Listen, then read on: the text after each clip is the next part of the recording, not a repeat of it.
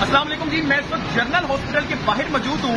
احمد شاہ جن کے اوپر ساری رات تشدد کیا گیا ہے، ان سے بھی ملاقات کر میں ناظرین کرام اس وقت آپ کے سامنے جو اطلاعات رکھ رہا ہوں، یہ بڑی خوفناک ہے ناظرین کرام۔ احمد شاہ کو کل GPO چوک سے 1 بجے گرفتار کر قلعہ گجر سنگھ تھانے میں منتقل کیا گیا اور ان کی ہیڈ انجری کوئی بھی نہیں تھی۔ اندر حراست میں انڈر دی پولیس کسٹڈی ان کے اوپر تشدد ہوتا ہے اور ناظرین کرام ان کی ہیڈ انجری لگتی ہے، جس کی وجہ سے وہ کوما میں جا چکے ہیں۔ اس وقت ان سے ملاقات نہیں کرنے دی جا رہی، موبائل فون پکڑ لیے گئے ہیں۔ وہاں پر جو ICU میں مقامی لوگ موجود ہیں، ان سے بھی موبائل فون چھین لیے گئے ہیں اور مدعا اس وقت پنجاب پولیس جو بنانے جا رہی ہے، یہ بڑا خوفناک اور شرمناک ہے ناظرین کرام۔ اس وقت جو پنجاب پولیس کی جانب سے ایک بڑا ہی گھونڈا قسم کا ایک FIR نکالی گئی 324 کی، اور یہ ایسے بندے پہ ڈالی گئی جو خود بھی ایک کارکن ہے PTI کے، اور ان کی جو گرفتاری ہوتی ہے وہ 4 بجے ہوتی ہے GPO چوک سے، اور ان کو بھی انڈر دا پروسیجر ان کو لے کے جایا جاتا ہے مقامی تھانے کے اندر، اور بتایا یہ گیا ہے کہ جناب یہ انہوں نے اس کے اوپر کوئی ظلم کیا ہے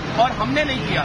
لیکن ناظرین کرام ان کی 4 بجے گرفتاری کے بعد وہ اس وقت تک پولیس کی حراست میں رہے اور اس تھانے میں بھی موجود نہیں رہے۔ آج ان صاحب کو لے کر آنا تھا کچہری کے اندر، لیکن پولیس لیٹ ہوئی اور ابھی اس وقت غیر قانونی طور پر یعقوب راشد صابی نامی یہ شخص اس وقت ناظرین کرام حراست میں موجود ہے، غیر قانونی حراست میں پنجاب پولیس کی۔ احمد شاہ صاحب سے جو میری ابھی اس وقت ملاقات ہوئی، وہ چند منٹ کی ہم نے ان کو دیکھا، بہت زیادہ وہ اس وقت کہہ لیں کہ آپ بری حالت میں اور دعاؤں کی اپیل ہے۔